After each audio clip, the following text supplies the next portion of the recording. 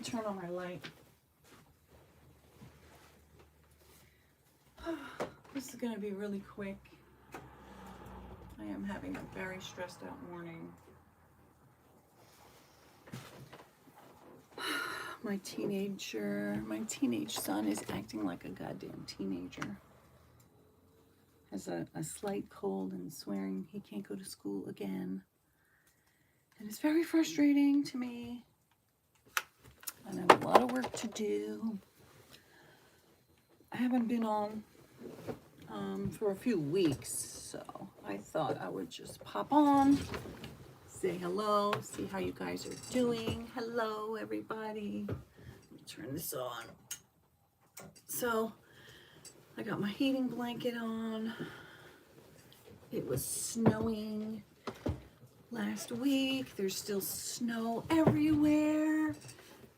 The streets are like the snowbanks on the side of the streets are really, really wide. Oh my God, Queen. Hi, Mr. Possessive. I haven't seen you in forever. I'm not planning on being on long because, like I said, I have a ton of work to do. I just wanted to pop on and say hello because it's been so long.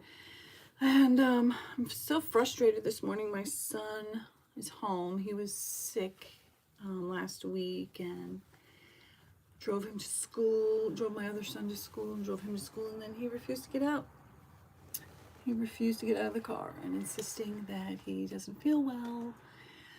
And I mean, he's not 100%, but I feel like he could really have gotten through the day, but he just doesn't want to. So he's home and I'm frustrated. And hi, thank you, Matthew. Thank you. I hope he feels better too. I'm just like complaining because it's frustrating when your kids are teenagers and they don't want to do anything that they're supposed to do. And anyway, I'm just like in disbelief over everything that's been happening in the world. And you know, as you may know, thank you.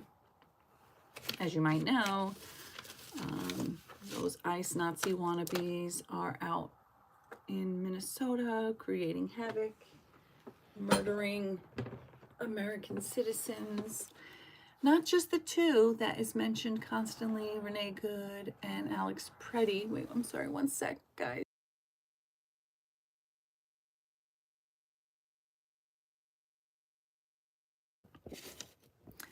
Keith Porter. And then actually, let me pull it up because I just posted it yesterday. And I think it's so important that we say the other victims' names. Okay, so I wrote a post. I say, notice how there's two names being mentioned constantly, and they happen to be what and what? White people. And not what? People of color. Notice whose names are not being mentioned. Notice how they keep reporting ICE killed 2 people when it's more like 10 people. Keith Porter. And then Keith Porter was a black man. He was killed. He was 34-year-old, father of 2. He was killed on New Year's Eve by an off-duty ICE officer or ICE goon. And let's see if I can say these names. Heber Sanchez Dominguez was murdered in a cell at Robert A. Denton Detention Facility on January 14th. Victor Manuel Diaz was found unresponsive at Camp East, Montana in Texas on January 14th. Parody La, 46, died January 9th in a hospital. Luis Beltran Yanez Cruz died. Luis Gustavo Nunez Carceres died. An unidentified 6th death also reported. There's also 13 instances where people were shot by ICE goons, and resulting in at least 2 deaths. Then there was the 6-month-old baby who almost died because they threw tear gas into the car of a family it is so evil. They threw tear gas into the car of a black family just driving home from wherever they had been.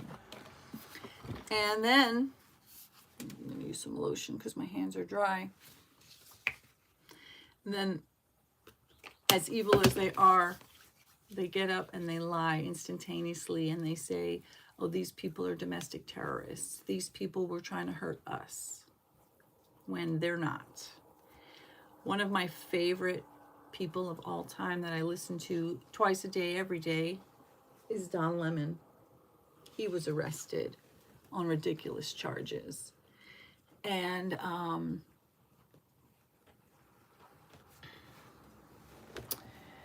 of course, he was let out because he's a journalist. And let's get rid of these Nazi wannabes motherfuckers on this chat. You know, Don was saying that when the Nazi motherfucker wannabes engage on his channel, that, you know, they actually create more engagement, and he just leaves them there. Yeet and delete. Thank you, Mr. Possessive. You know, he has like 1 million followers, and he also has moderators. You know, I don't. I'm just sitting here by myself. But it just disgusts me to see all these Nazi wannabes. It's just enraging. It's infuriating. It's disheartening. It's just despicable, and it's really a shame that there are so many evil people in this world, and that a lot of them happen to be Americans. And I do find shame in, oh, hey Jimbo, I missed you too. I do find shame in the color of my skin, because it is sad that so many people of the paler persuasion are so evil. And I do not identify as white. I identify as pink or peach. Peach, loving cat love dreaming peach. I'm peach, because fuck the social construct of whiteness, which was created to oppress and harm other people, and to try to elevate a certain type of group of people to make them think that they're somehow special when you're really just another person. So, you know, I've seen tons of, thank you, Jimbo. I've seen so many comments. You know, I'd like to believe that a lot of them are like bots, bot farms, sock puppet accounts, which I learned through the Karen Reed trial, where she got away with murder. And they tend to live in their privilege and see nothing wrong with that, you know? And it's sickening. And I've seen so many evil comments on Facebook, and it's hard to believe that they're all bots or sock puppet accounts. Oh, sock puppet account is when one person, like let's say if I made 10 accounts, and then I go on each one and I comment from those accounts. Those are sock puppet accounts, meaning it looks like it's real people, but it's really just one person who has many accounts, who's trying to make it seem like engagement or support for a particular cause or opinion has a lot more support than it actually does. And you can have a bot farm where you know, there could be thousands of accounts that are really just bots. And then so what was that called again? What was the word for that? Oh, now I'm forgetting the word for it. What is the term when you use sock puppet accounts and bots? Astroturfing. astroturfing. So like with Karen Reed, who she, in my opinion, even though she was found not guilty by a jury, people have sock puppet accounts on YouTube all the time. I mod for other channels, and when you ban one, they'll just come back on another. Yep. So sad. I've seen it too. I've seen, and then like sometimes they'll have, like I saw one guy who was like Fred 1, Fred 2, and it wasn't exactly that, but you know, kind of the gist of it. Like Fred had 10 accounts. It was Fred 1, Fred 2, Fred 3. So I'm like blocking them, and then you see the same person making the same comment, but it's like Fred 2, Fred 3, you know. And so yeah, absolutely. But so astroturfing campaigns is a mixture of bot farms, and then like sock puppet farms, and then a lot of people who see that that's ridiculous, but at least he didn't try to hide it. Well, again, it might not even be a real person, you know, it could be a bot farm account. But so what will happen is that people will see the support, and then they'll think, oh, look at how many people are supporting this cause or this opinion. And then real people will get on board because they feel either empowered, emboldened, or just because they're swayed by what they think is organic support for a cause, when it's really just an astroturfing campaign. It's kind of like Blake Lively and, hi, Stephen. Blake Lively and Ryan Reynolds tried an astroturfing campaign to put down Justin Baldoni and make a lot of people think that there was so much support for them when there really wasn't. So anyway, when I see all of these like Nazi wannabe kind of comments on Facebook and YouTube under the videos, hi Cam, Jade, when you see all of these pro-Nazi wannabe comments, or these just absolutely dehumanizing comments, or people who it's like, so the Department of Homeland, it shouldn't be called Department of Homeland Security, it should be called Department of Homeland Horrors and ICE and everything. Oh good, Cam Jade, did I say it right? You know, they spread these lies, and then again, the bot farms, the sock puppet accounts, and then the just like the absolute scum of the earth people. I don't know if they're actually genuinely believing the lies, or if they just spread the lies, or if it's just like, yeah, I'll go with that lie, you know. Like for example, Liam, what was his name? The little 5-year-old boy, Liam Ramos.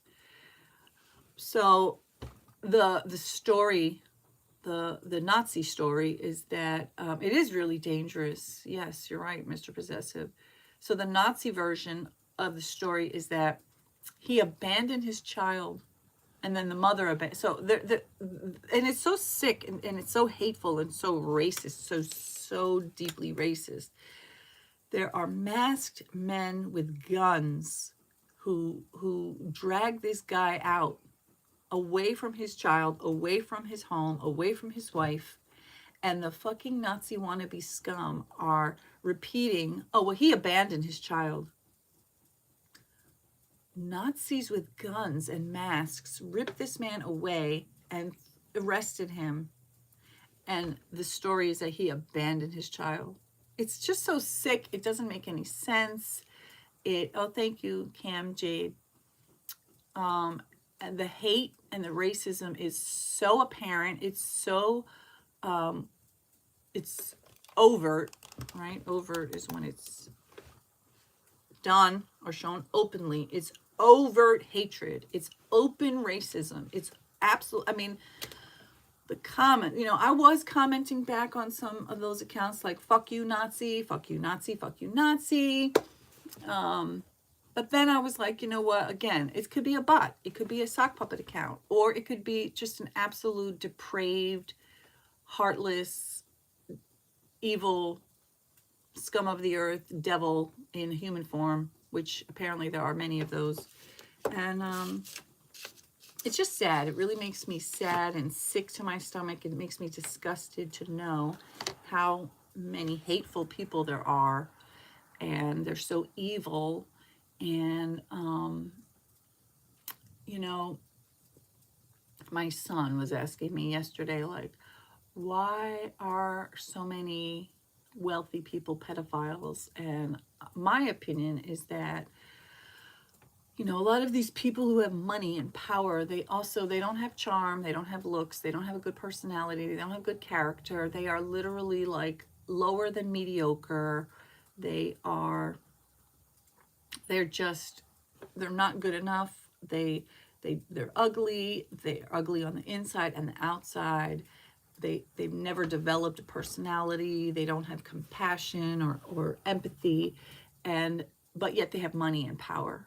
And so when somebody who's like that has money and power, unfortunately, they are often malignant narcissists, and what they enjoy is to subjugate people. And people who like to go after children are evil, of course, but there's also this sense of control. You know, a child is smaller, they are weaker physically, they may be easy to manipulate, easy to scare.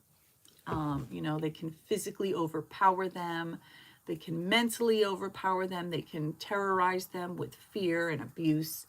And unfortunately, many of these wealthy, mediocre people, they don't have anything going for them except for the money and the power. And so they use that money and the power to harm other people because it makes them feel powerful. And, you know, they can't, it's like, why is there so much gerrymandering of the voting? Why are they trying so desperately to disenfranchise so many voters? Why? Because they can't win legitimately. They can't win on their policy. They can't win on their personality. They can't win from charisma. They can't win by convincing people that they're correct, at least not in enough numbers, you know. So what they do is they steal, they lie, they harm, they rig it, they do a lot of crimes, and it's a shame. And you know, I believe that we are just about in a full-blown fascist country now. And you know, I feel that Trump will drop dead. He could drop dead tomorrow, or he could somehow make it through for another decade. You know, it doesn't seem possible, but at the same time, you know, sometimes people just keep on hanging in. So, you know, I feel like most likely he's not going to live for the full next 3 years. Like, it seems hard to believe that he would actually survive. But unfortunately,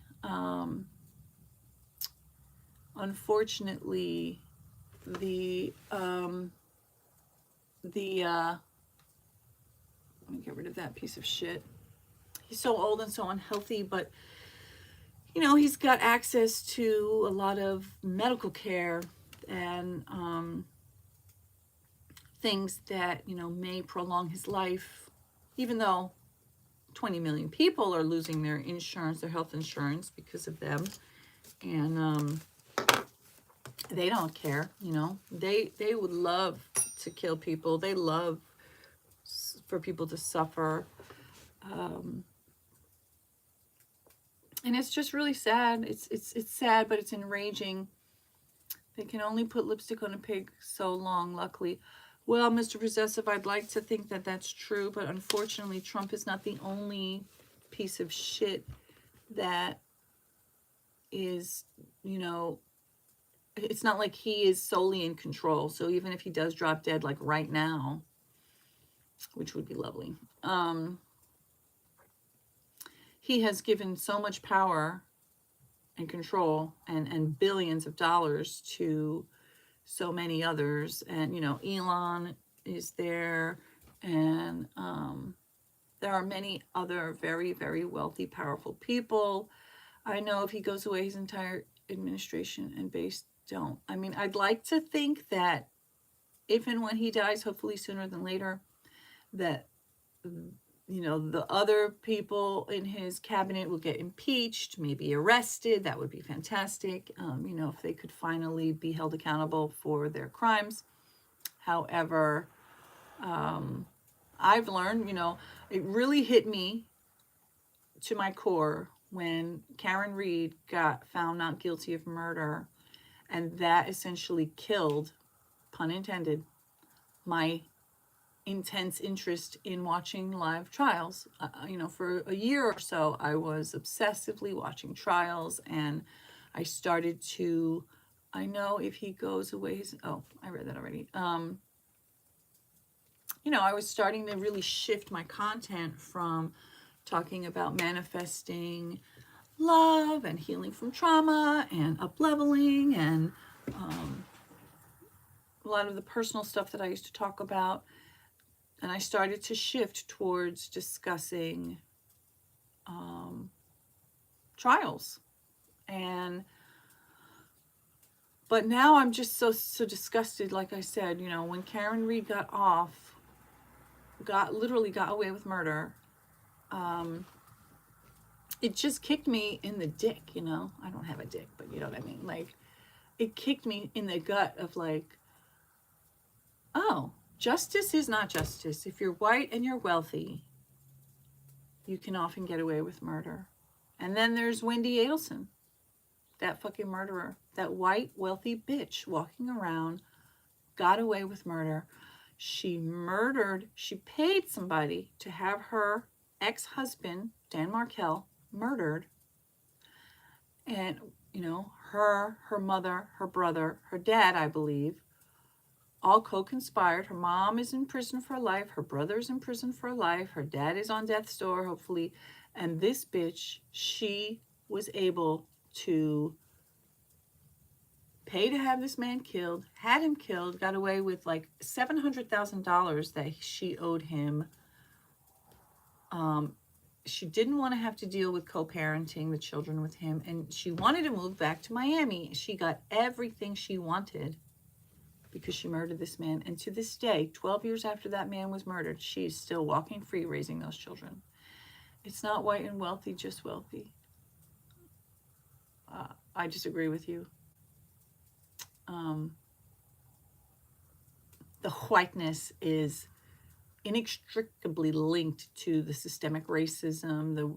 The social construct of whiteness was created by pale-skinned people to create this system of divide where they could spread racism and xenophobia, homophobia, transphobia, ageism, all of these things, so that they could elevate themselves. And, you know, a lot of stupid fucking evil white people or pale-skinned people who are poor and are powerless jump on the bandwagon because they have nothing else going for them.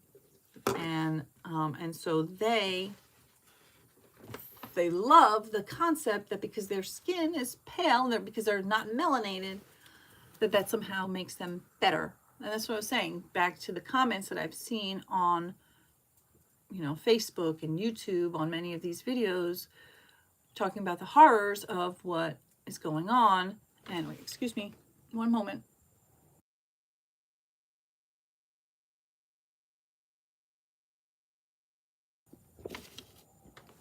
And, you know, so the idea, the social construct of whiteness was created so that people who were pale, who were not powerful, who didn't have money, would feel like they could glom on and align to these rich, powerful white people. So they feel like, oh, I'm somehow better than you. I'm poor, I'm uneducated, I ain't got shit going for me, except for because I'm unmelanated, somehow that makes me better than someone who came from another country, or somebody who has different color skin, or somebody who speaks another language. It's like these immigrants came from, these human beings, they came from another country, and they often speak more than one language, but yet they still want to put them down. Let's see, individually, of Universe says, it's interesting that despite being white yourself, you kind of recognize why whiteness favors such a racial system. Well, I was raised by a Haitian mom. My mom is Haitian. She is black. Her first language is French. She also speaks Creole and English. She also speaks Spanish. She is an American citizen now. But thank God for her. And I believe that gave me a huge different perspective. She's been raising me since I was 3 years old. And I went to Haiti 3 times for the entire summer, like 2 months. The first time I was 7, then I was 9, and then I was 11. And so I got to be a foreigner on a foreign land who didn't speak the language, who didn't look like the majority of the people there. I got to feel what it felt like to be different.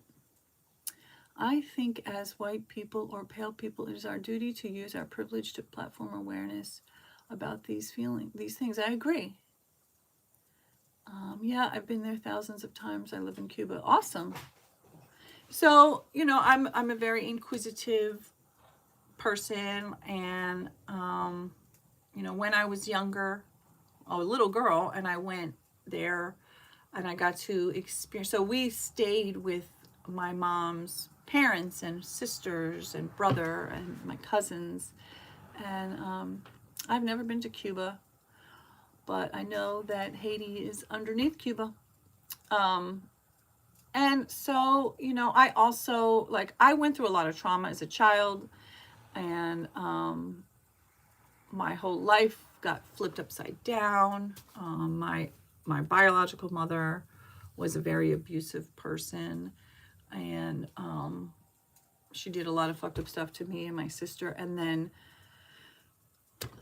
she lost custody, thank God. And so, everything in my life, I think, created a lot of situation. Again, not everybody who went through, oh, that's cool, your wife is from the Dominican Republic. Not everybody who went through what I went through would come out with the same, mindset as me, but I've always been a inquisitive, open-minded person, and I am deeply empathetic, and I can just feel what it feels like to be somebody else.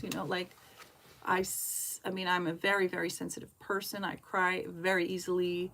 I get moved very easily. That's part of why, when I was watching Karen Reed, oh, thank you, Mr. Possessive. Again, I'm not psychic or anything, but I can cry like this from a commercial or anything. When people are expressing genuine, heartfelt feelings, I get very touched. I get very moved by that. Hi, Benoit. And so when somebody is lying, when somebody is not expressing genuine emotion, I can feel that too. I can feel that they're not being sincere.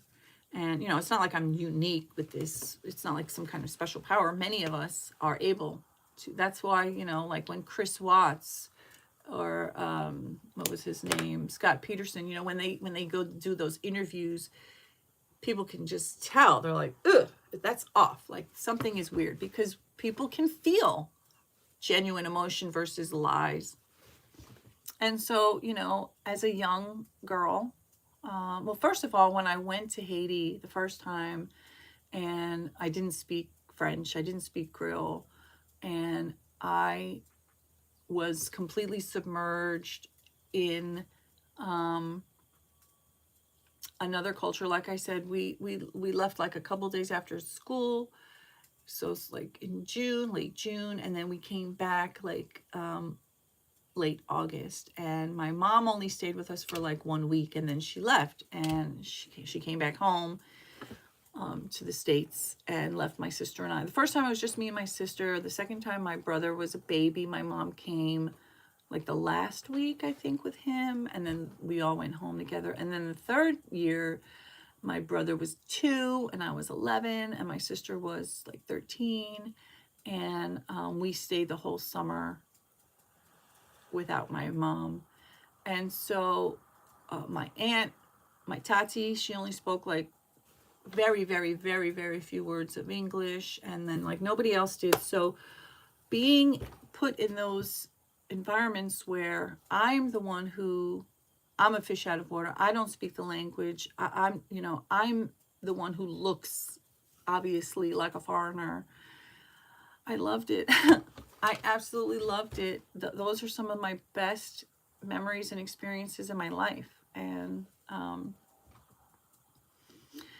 did move many times throughout my life. I never lived like out of the United States, but that feeling of being a foreigner, of being in a new place, of, you know, of exploring and getting to know a new area, I still love that.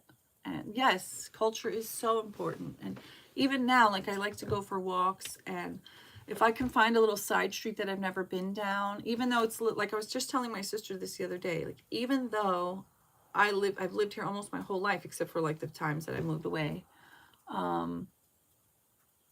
I just feel, I love that feeling of like walking down a street I've never been on before. It's just so, you visited Taiwan years ago and felt the same way. Yeah. And, you know, the idea of like somebody coming from another country to this country to build a life for themselves, the majority of people who do that are just people who just want to live, and for whatever reason they were motivated, whether where they're living is a war-torn country, or it's a dictatorship or fascist, or they don't have the opportunities that they're looking for, or just because they're adventurous, or for whatever reason. It's like it's none of anybody's business why somebody decides to move to another country. Yeah, people who lower our standards of living. I don't know, you sound racist. I don't know what you're talking about. You know, the people who lower our standards of living are these pale ass motherfuckers who think that they're somehow more special because you're unmelanated. Like, what the fuck, bitch? You are stupid, you're evil, you're ugly, inside and out. You are a loser. And like the fact that for so many people, the only thing that you have that you can cling to that makes you feel special is the fact that you're pale. That is just pathetic. So pathetic. And it's really despicable. Like, it's disgusting. And, you know, immigrants, undocumented immigrants, pay billions and billions of dollars. I just deleted him. You know, they pay billions of dollars into our system, and it's just pathetic, you know. It's sad. It's gross. It's disgusting. And you know, like I said, people who are, they have nothing to offer. They don't have good character. They don't have a good personality. They are not educated. They don't contribute in a positive way. And but yet they think that because of their pale skin, or you know, like, what's that saying? There's no hate like Christian love. They cling to these sick ideas. They're like, oh, the Bible. If only the indigenous people reacted to the pilgrims and settlers the way the right is now, you know? That's right. That's another thing. Like, we are living on stolen land. I just saw something today that says you're living on stolen land that was built up by stolen people, and have the audacity to claim somehow. Like, you've heard that phrase that said, Mexicans didn't cross the border crossed them. Like, this is literally not even our land. I'm here. I was born here. My dad was born here. My dad's dad was born here. My dad's dad and my dad's mom's parents, they came from what used to be the USSR, now would be Latvia, Kiev, Minsk, Pinsk, you know, so like Eastern European. But like, there's nowhere for me to go back to. I don't have like, at the Grammys during Billie Eilish's acceptance speech, she said, on stolen land, nobody's illegal. Exactly. Exactly. And, you know, at this point, I mean, I am against colonization, you know, like I'm very against Israel. I'm very, very against the Zionists. I despise them and what they're doing over there. They're doing genocide, and it's despicable. But that's exactly what they did here to the indigenous people. And are you fucking kidding me, you piece of shit?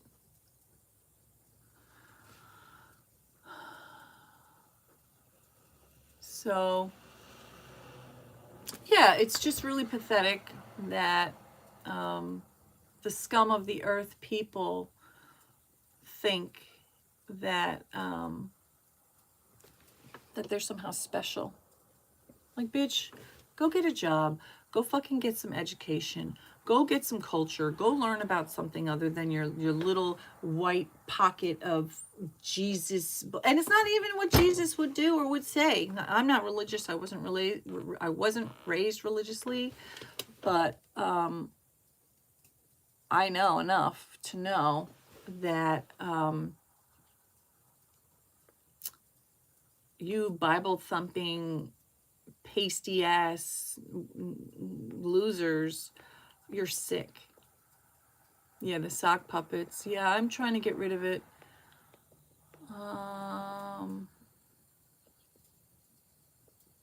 What? I don't know what you're saying, but I'm gonna get rid of you. And I gotta go, guys. I gotta get to work. Mexico has a high population of native, having 70%. Okay. Yeah, it's so pathetic. It's so gross. And that's what I'm saying. What's really shocked me is how many Nazi wannabes there really are. How many absolute scum. You know, and like I was saying, see, there's a sock puppet account. That's what I was saying. It's like they have no talent. They're just racist. You're so racist. You are such a piece of scum. Like, you're not even scum. You're like the scum on the bottom of just you came from hell. You know, again, I don't believe in Jesus. I don't believe in God in that way. I don't believe in the devil. But there are a lot of devils. There are a lot of devils who are just so disgusting. You don't have any talent. You don't have any skills. You don't have any redeeming qualities. You are so low that the only thing that you can figure out how to do is to insult other people. So evil. So evil, Mr. Possessive. You're right. It's so evil. And it makes me ashamed to walk around with this skin, because the fact that other people could see me and think she might be like them, she might be one of them. That's why I mean, first of all, growing up as a child, anytime my father was filling out a form and asked for a race, he would always scratch it out and say NA, not applicable.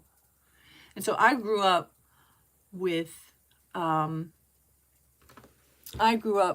father who was married, a white man who was married to a black woman, an immigrant who spoke another language, and thank you, KBBBBB11.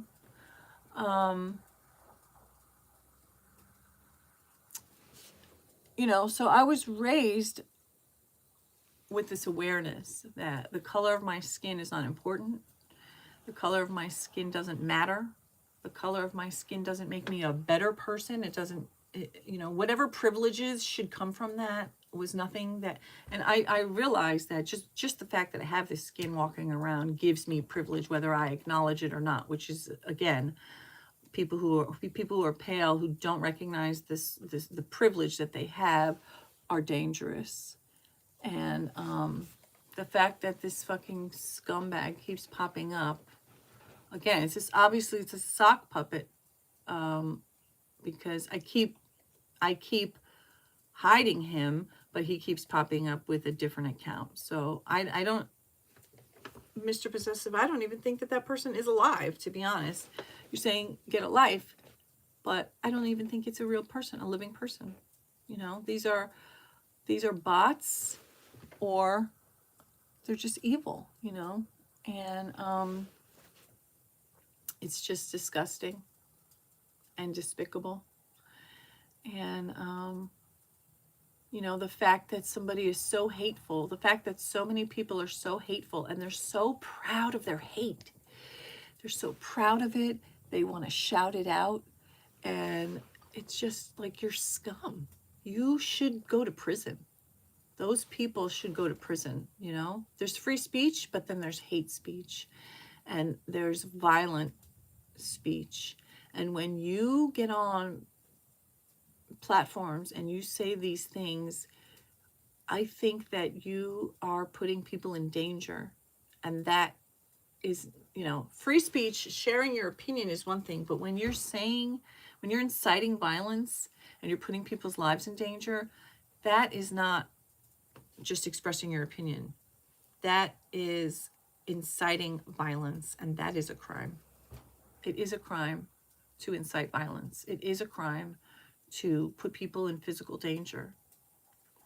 And again, how low of a person must someone be to genuinely believe that because another person has a different amount of melanin, or because they were born on a different piece of this earth, or because they speak a different language than you, that somehow makes them less than you? It's so outrageous. It's so despicable. I despise these people with every fiber of my being. And it's just, it's horrific. It's horrific. And you're a goon. You're a Nazi. You're scum. And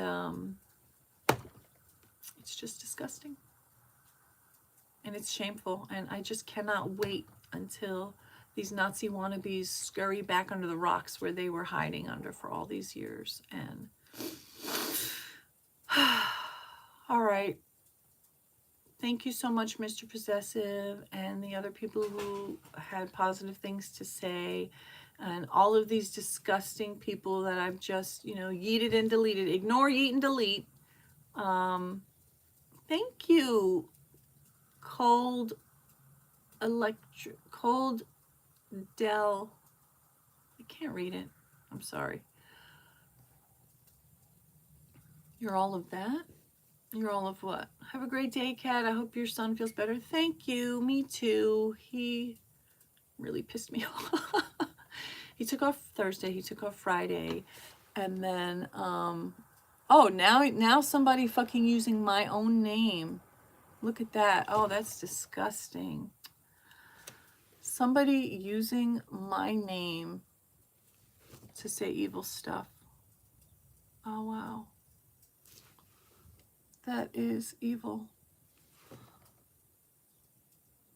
Well, I don't know if he's loving it. Actually, I had to take, so my older son is going to ref for fencing next week, and he needed, I know, isn't that insane? I need to find out how I can report them that they are impersonating me, because that is really, really evil. So he's gonna ref for his fencing tournament next weekend, and he needed a suit, and so we had to go to the mall and buy him a suit. And my younger son didn't want to go, but I mean, we were all out together, and so he kept complaining about it. And we got home, and he was like, "I'm so mad," and I was just like, You're supposed to support each other. Like, siblings who don't support each other grow up to be a lot less happy than siblings who grow up supporting each other. And but then he, you know, this morning he was like, I'm sick because you make me go to the mall. And I'm just like, oh my God, this kid is just like a fucking headache. I love him with all my heart, but I hate the teenage years, I swear to God. So, I don't know, honey, but I feel like I wish Mike Tyson would beat you. How about that? They are so dramatic. And, you know, every day, every like second of every day, I have to remind myself that this is a normal milestone of development. But my God, I can't wait for him to get more mature. So anyway, it's, oh shit, it's 10 o'clock. All right, guys, I have a lot of work to do. I thought I was going to be on for 5 minutes, but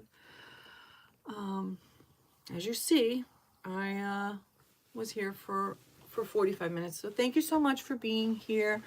Let me eat this one last fucking scumbag piece of shit. And love you. See you. Bye.